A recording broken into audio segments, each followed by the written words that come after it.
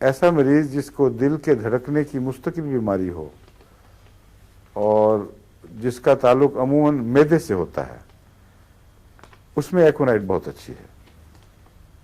کئی دفعہ معدے میں ہواؤں کی وجہ سے اور اعصابی کمزوری کی وجہ سے ایک آدمی کا دل بہت دھڑکتا ہے، اس کی دھڑکن میں شدت پائی جاتی ہے، سر رکھتا ہے سرہانے پہ تو دھک دھک کی آوازیں آتی ہیں اور نیند بھی نہیں آتی۔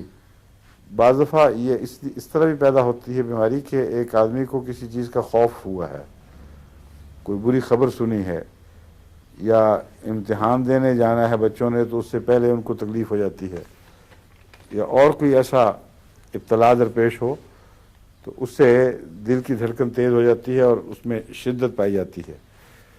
اس میں ایکونائٹ 30 یا 200 میں بھی بہت مفید ہے، وہ اس کو کنٹرول میں لاتی ہے، اور ایسی صورت میں نیند بھی آ جاتی ہے پھر آرام سے۔ تو یہ باتیں ہیں ایکونائٹ کے متعلق۔ پھر اگر کوئی اور بات ذہن میں آئی کسی اور بیماری کے دوا کے ذکر میں تو پھر میں اس کے متعلق بتاؤں گا۔